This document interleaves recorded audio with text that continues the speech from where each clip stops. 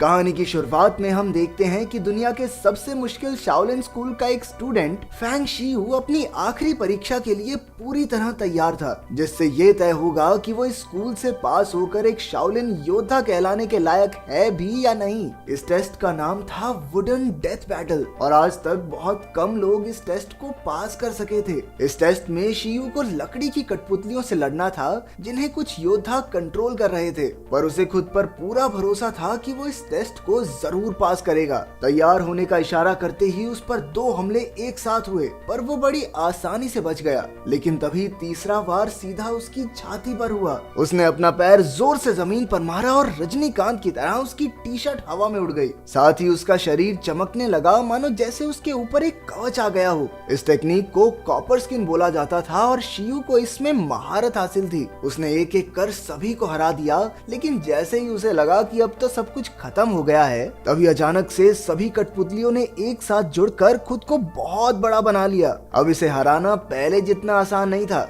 शियू समझ गया था कि वो इसे ताकत से नहीं हरा सकता, तो उसने अपना दिमाग लड़ाया और मौका देखकर वो सभी रस्सियां पकड़ ली जिससे वॉरियर्स उन कठपुतलियों को चला रहे थे, जिसकी वजह से वो सभी नीचे गिर गए। शियू शाओलिन मंदिर से एक योद्धा की तरह पास हुआ। इसके बाद हम लाओ नाम के एक सरकारी अफसर को देखते हैं जिसने 5 मिलियन युआन अपने फायदे के लिए सरकारी खजाने से चुरा लिए थे। ये पूरी रियासत की आज तक की सबसे बड़ी चोरी थी और वो नहीं चाहता था कि किसी को भी पता चले कि इस चोरी में उसका भी हाथ है। इसीलिए उसने अपने वफादार सैनिक मिंग के साथ मिलकर अपने साथी को उसके परिवार के साथ ही मार दिया। अब उसे बस उस खास कागज की तलाश थी जो उसके असिस्टेंट ने बनाया था, क्योंकि उसमें चोरी किए हुए पैसों की सारी जानकारी थी और अगर राजा को इस बारे में पता चल गया तो वो उसे पक्का फांसी दे देगा। उधर शियू अपने गांव जाकर अपने बचपन के दोस्त हान से मिला। उनकी एक और दोस्त थी जिसका नाम है रोंग। दरअसल हान बचपन से उसे पसंद करता था, पर वो शियू को पसंद करती थी। इन्होंने अपना अलग ही लव ट्रायंगल बनाया हुआ है। जब वो दोनों रोंग से मिलने उसके घर जा रहे थे, तभी रास्ते में उन्होंने बियर पॉ को एक आदमी की पिटाई करते हुए देखा। असल में बियर पॉ लाओ के लिए काम करता था। शियू ने उस आदमी को बचाने के लिए पॉ पर हमला कर दिया और कुछ ही वक्त में पॉ भी समझ गया कि भाई ये कोई नॉर्मल बंदा तो नहीं है। ऊपर से जिस आदमी की तलाश वो कर रहा था वो तो पहले ही वहाँ से भाग गया था, इसलिए वो भी अपने घोड़े पर बैठकर वहाँ से निकल गया। पर शियू उसका पीछा करता रहा और अब दोनों मार्केट के बीचों बीच खड़े थे। तभी शियू की मम्मी जी ने एंट्री मारी, जो खुद भी एक नामी योद्धा थी, और आंटी अपने बेटे को कान से पकड़कर घर ले गई। इससे पता चलता है तुम जितने मर्जी बड़े 30 मार खां बन जाओ, मम्मी तो मम्मी होती है, उनको थोड़ी फर्क पड़ता है बेइज्जती हो जाएगी मार्केट में लड़के की। शियू की माँ ने उसे घर के अंदर ही कैद कर दिया, पर शियू भी आराम से घर में बैठने वालों में से नहीं है। वो मौका मिलते ही घर से निकलने की तैयारी में लग गया। कपड़े पहनते हुए वो टिंग से मिला, जो खुद भी कपड़े बदल रही थी, और शियू को देखकर वो चिल्लाने लगी। इससे पहले कि शियू उससे कुछ पूछ पाता, टिंग ने कुछ सैनिकों को उसकी तरफ आते देखा और वो छुप गई। सैनिकों ने जब शियू से पूछा, हाँ भाई कोई लड़की देखी है इधर को भागती हुई आई थी अभी। शियू ने टिंग की मदद करने के लिए उन्हें गलत रास्ता बता दिया। टिंग ने बाहर आकर उसका शुक्रिया अदा किया, पर तभी हान और रोंग भी वहाँ आ गए और रोंग ने देखा कि ये लुच्ची लड़की मेरे बचपन के प्यार के साथ खड़ी है, तो उसने अपने मन में ही मान लिया कि जरूर इन दोनों के बीच में कोई चक्कर चल रहा होगा। वो जलन और गुस्से में वहाँ से चली गई। शियू ने भी उसके पीछे जाने की कोशिश की। उधर मार्केट में एक आदमी ने हान को रोककर एक तस्वीर दिखाई और उस आदमी का पता पूछा। वो तस्वीर दरअसल रोंग के पिता की थी, इसलिए हान ने उसे कुछ नहीं बताया। वो स्केच दिखाने वाला आदमी टाइगर नाम के एक बहुत पैसे वाले बिजनेसमैन के लिए काम करता था। इसके बाद हान ने सीधा रोंग को जाकर सारी बात बताई, लेकिन रोंग ने कहा ऐसे कैसे पकड़ लेंगे मेरे पप्पा को, पप्पा तो शहर में है ही नहीं। हान के वहाँ से निकलते ही रोंग ने एक डब्बा निकाला जिसमें वो खास कागज थे जिसकी तलाश लाओ को थी। पता चलता है कि रोंग के पिता ही उन कागजों के रखवाले थे और वही इकलौते इंसान हैं जो लाओ को सजा दिला सकते हैं, इसीलिए सैनिक उनके पीछे पड़े थे। अगले दिन शियू और टिंग सारी गलतफहमी खत्म करने के लिए रोंग के घर आए, पर तभी हान ने उन्हें बताया कि रोंग गायब है और शायद टाइगर ने ही उसे किडनैप करवाया होगा, क्योंकि कल उसके लोग रोंग के पिता को ढूंढ रहे थे। शियू ने वक्त बर्बाद ना करते हुए टाइगर को ढूंढना शुरू किया जो मार्केट में लोगों से लड़ रहा था। जब शियू ने वहां पहुंचकर रॉन्ग के बारे में पूछा तो टाइगर ने कहा कि मुझे इस बारे में कुछ नहीं पता भाई, अपनी दोस्त वोस्त को खुद संभाल के रखा करो। इसी बात पर उनकी आपस में लड़ाई शुरू हो गई और शियू ने बड़ी आसानी से उसे हरा दिया। शियू हैरान तो तब हुआ जब टाइगर ने हंसकर अपनी हार मान ली और उसे अपना दामाद घोषित कर दिया। उसने बताया कि वो अपनी बेटी के लिए पति ढूंढ रहा था और उसकी शर्त थी कि जो भी आदमी उसे लड़ाई में हरा देगा उसे ही वो अपना दामाद बनाएगा। शियू समझ गया कि टाइगर को सच में कुछ नहीं पता और अगर वो ज्यादा देर यहाँ रुका ना तो ये अपनी बेटी की जबरदस्ती शादी करवा देगा मेरे से। तो अपना हीरो पतली गली से निकल लिया। उधर रॉन्ग वापस आई और उसने बताया कि वो तो कभी किडनैप हुई ही नहीं, पर उसने शियू और टिंग की कोई भी बात सुनने से मना कर दिया और शियू के हाथ में उसका एक पुतला पकड़ा दिया जो रॉन्ग ने बनाया था। अब ये सब देखकर हान की जल गई। कभी कोई जेलस हो जाता है, कभी कोई, क्या चल रहा है ये। वापस घर जाते वक्त शियू और टिंग को टाइगर के आदमियों ने घेर लिया। टाइगर ने टिंग से पूछा कि वो इतने दिनों तक कहाँ थी। तब शियू को पता चला कि टिंग तो दरअसल टाइगर की बेटी है और उसी के लिए टाइगर पति ढूंढ रहा था। उसने ये भी बताया कि उसके आदमी रॉन्ग के पिता को लाओ के आदेश पर ढूंढ रहे थे। जब तक शियू को समझ आया कि रॉन्ग किसी परेशानी में है तब तक बहुत देर हो चुकी थी, क्योंकि मिंग ने रॉन्ग और उसके पिता को ढूंढकर बंदी बना लिया था। वो वहाँ रॉन्ग के पिता से वो कागज लेने आए थे,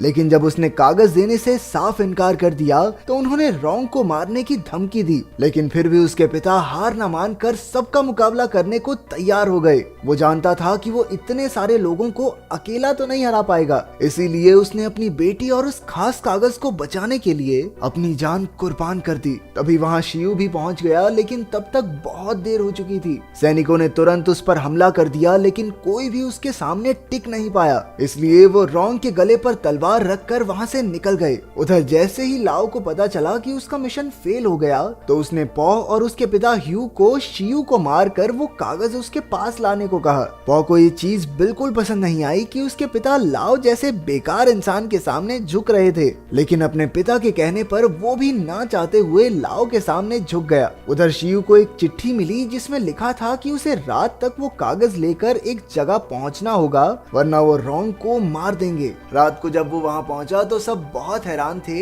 कि शियू ने बिना लड़े उन्हें वो कागज कैसे दे दिया, लेकिन थोड़ी ही देर में मिंग को पता चल गया कि ये कागज असली नहीं था। इसके बाद ही पॉ और शियू में लड़ाई शुरू हो गई और ह्यू ने मौका देखते ही शियू पर जहरीला पाउडर फेंक दिया, जिससे उसकी शक्तियां बहुत कम हो गई। मिंग ने पॉ को इसका फायदा उठाकर शियू को मारने को कहा, पर उसका ध्यान अपने बूढ़े और जख्मी पिता की तरफ था। पॉ और ह्यू के जाने के बाद मिंग ने शियू को खुद मारने का फैसला किया, लेकिन तभी टाइगर और शियू की मां ने वहां आकर उसे बचा लिया। घर ले जाकर जहर खत्म करने के लिए शियू को जड़ी बूटी वाले पानी से नहलाया गया। उधर मिंग ने पॉ को अपनी जान बचाने का आखिरी मौका दिया। इसके बाद पॉ अपने पिता को वहीं मिंग के पास छोड़कर शियू को मारने चला गया। मिंग ने ह्यू को कुछ ऐसा करने को कहा जिससे पॉ का ध्यान न भटके, और इसी बात पर ह्यू ने हामी भरकर एक फैसला लिया। उधर शियू उस पुतले को देख रहा था जो रॉन्ग ने उसे दिया था। तभी उसने गलती से एक बटन दबा दिया जिससे वो कागज बाहर आया,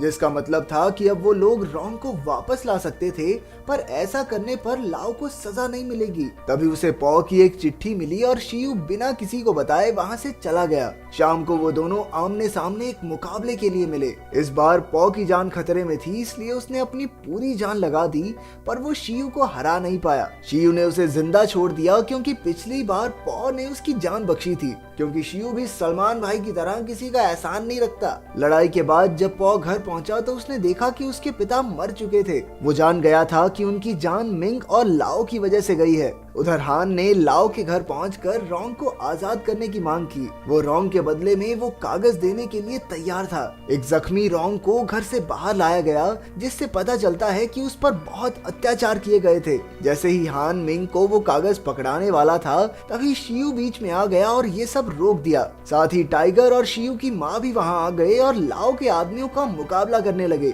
आखिरकार शियू और लाओ के बीच मुकाबला शुरू हो गया। अपनी जिंदगी में पहली बार शियू को उससे ज्यादा ताकतवर दुश्मन मिला था। लाओ आयरन बोन्स कुंफू स्टाइल का एक बहुत ही ताकतवर योद्धा था। उसके एक मुक्के से शियू का कवच टूट गया। उसके मुक्के के सामने शियू का कॉपर स्किन कुंफू टिक नहीं पाया। शियू मौत के बहुत करीब था और तभी लाओ ने उसकी तरफ तलवार का एक हिस्सा फेंका, लेकिन ऐन वक्त पर रोंग बीच में आ गई और वो चाकू उसे लग गया। अफसोस रोंग बच नहीं पाई और उसकी मौके पर ही मौत हो गई। ये देखकर हान को बहुत गुस्सा आया और उसने लाओ पर हमला किया, लेकिन लाओ के एक ही जोरदार मुक्के से उसकी भी मौत हो गई। उधर टाइगर और शियू की माँ को भी बंदी बना लिया गया। तभी वहाँ पौ आ गया और उसने लाओ पर हमला कर दिया, क्योंकि उसी की वजह से उसके पिता की मौत हुई थी। इस सब के बीच शियू की माँ और टाइगर ने शियू को समझाया कि उसे यहाँ से भाग जाना चाहिए। अगर वो कागज लाओ के हाथ लग गए तो रोंग और हान का बलिदान जाया चला जाएगा। शियू ना चाहते हुए भी कागज लेकर वहाँ से भाग गया।